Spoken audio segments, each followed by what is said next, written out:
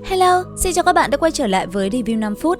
Vậy là trận đại chiến giữa nhân loại và thú triều đã chính thức bùng nổ sau khi quỷ lệ ra tay lấy mạng chủ ô, một trong 13 đại yêu vương của thú thần, thì toàn bộ yêu thú đang tấn công phe chính phái ở Lạc Thần Quan đã quay xe lao đến phía tây nam, mà đón đầu chính xác là ở Vạn Xà Cốc. Lúc này đây, vô số quái thú tựa như ác quỷ xuất hiện từ chốn cửu u địa phủ, mang theo ánh mắt rực màu tinh huyết, răng nanh bén nhọn, gầm giống đinh tai nhức óc. Từng chủng loại yêu thú kỳ hình dị trạng hợp thành một dòng lũ đỏ rực hung tợn, không gì có thể ngăn cản. Đối với dòng lũ kinh hoàng này, không ai có thể chống đỡ hay sống sót. Thậm chí con đường dẫn vào cánh rừng già cổ thụ cũng rung chuyển bởi tiếng gầm kinh thiên và nhanh chóng bị nuốt chửng. Trong khu rừng rậm tại Độc Xà Cốc, muôn vàn cảnh tượng kinh khủng diễn ra. Những con độc xà bị hất tung, giãy giụa tuyệt vọng giữa dòng lũ thú triều, nhưng không một con nào thoát khỏi, tất cả nhanh chóng bị nhấn chìm.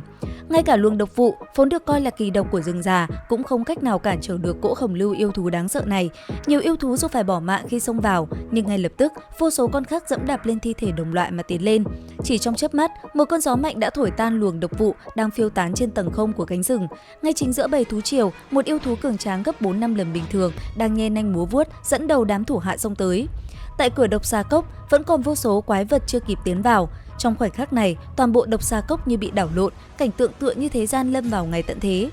Tần Vô Viêm, Kim Bình Nhi và ngay chính quỷ lệ lúc này chỉ có thể tự bảo vệ bản thân trước sự đông đảo của bầy thú. Có thể thấy, ai cũng đã thấm mệt, độc yêu vương mà cả đám chính đạo hợp lực không thể làm nó bị thương đang hướng về ba người họ. Con yêu thú này không chỉ có khả năng giải độc trên diện rộng, còn có thể đối mặt với chân hỏa của phần viêm cốc mà không hề hấn gì. Ngoài ra, bản thân nó còn có khả năng dùng độc để hồi phục. Liệu rằng Tam Đại Công Tử Ma Giáo có thể xử lý được đại yêu này không? Tại một góc của Độc Xà Cốc, Quỷ Vương đứng trên cao hít sâu một hơi. Với kiến thức của bản thân, ông ta biết những yêu thú này vô cùng lợi hại. Nhưng lúc này đây, ông hướng ánh mắt về khu rừng phía bắc Độc Xà Cốc. Trên khóe môi bất giác thấp thoáng một nụ cười lạnh lẽo, trong lòng ông thầm nghĩ. Hôm nay vẫn chưa biết thắng bại cuối cùng sẽ về tay ai. Bích Giao đã không còn, thôi thì dùng cả thiên hạ để bù đắp vậy. Lời vừa dứt, cánh tay Quỷ Vương khẽ phất lên, cánh tay như đao, lưỡi đao sắc bén chém đứt thế gian, chém đoạn cả những tình cảm dịu dàng cuối cùng, xé nát những mộng tưởng. Âm thanh cánh tay trong gió nghe dường như giống tiếng xương vỡ trong lồng ngực vậy. Từ xa, phảng phất tiếng gào giống hòa cùng những tiếng kêu thét hoảng loạn truyền tới chốn này. Từ phía sau thân hình hùng vĩ của Quỷ Vương, vô số đệ tử Quỷ Vương Tông dâng trào nhiệt huyết, tay nắm chắc vũ khí, giơ lên xông thẳng xuống núi. Y phục bay phần phật, gió thổi ràn rạt khiến cây cối trong rừng đều lay động như đang trong cơn cuồng vũ. Quỷ Vương đứng bất động giữa biển người như một khối nham thạch kiên ngạnh, băng lãnh.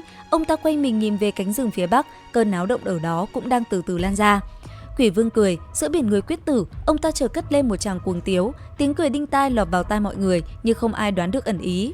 Cùng lúc ấy, đám người Tiêu Giật Tài, Lâm Kinh Vũ và Lục Tuyết Kỳ đều vô cùng cẩn thận, ngày nghỉ đêm đi, tránh phát sinh mọi xung đột với yêu thú trên đường, dốc hết tốc lực nhằm hướng tây nam, hy vọng có thể tra ra tại sao lại có nhiều yêu thú tụ tập tại đó đến thế. Tuy biết chuyến đi này vô cùng nguy hiểm, nhưng vì chúng sinh trong thiên hạ, kể từ khi lên đường không ai có ý định rút lui, nhưng sau 7 ngày liên tục xuất hành, sắc mặt ai cũng trở nên nhợt nhạt, suốt ngày đêm trầm mặc yên lặng. Đường xa ngàn dặm, càng đi về phương Nam, tình cảnh càng trở nên thảm khốc. Không có làng xóm hay thành trì nào mà không gặp phải biến cố, sương trắng ngổn ngang, thôn xóm thành trì nối tiếp nhau trong hoang vắng, không một vệt khói lam chiều, nhà cửa sớm đã bị phá tan tành. Không ai biết được liệu có phải do yêu thú đã phóng hỏa thiêu đốt, phệ huyết tàn nhẫn như vậy, cũng không ai biết được rằng trường hạo kiếp này đến bao giờ thì kết thúc. Từ sau khi tiến nhập vùng đất Tây Nam, ai cũng hết sức cẩn thận, nhưng họ lại gặp phải một vấn đề khá nan giải. Trước tiên, họ không thể tìm được bất cứ người dân bản địa nào, có vẻ người dân nơi đây đều đã thảm tử trong trường hạo kiếp. Vì vậy, đám đệ tử chính đạo cũng không thể tìm ai để hỏi phương hướng của yêu thú. Mặt khác, người và yêu thú ngôn ngữ bất đồng nên họ tuy có thể mạo hiểm bắt vài con quái vật, yêu thú đi qua để hỏi han về những tiếng gầm kia nhưng không cách nào hỏi được. Đến đây thì cũng hết tập 59 Chu Tiên 3D. Xin chào và hẹn gặp lại các bạn ở những video tiếp theo.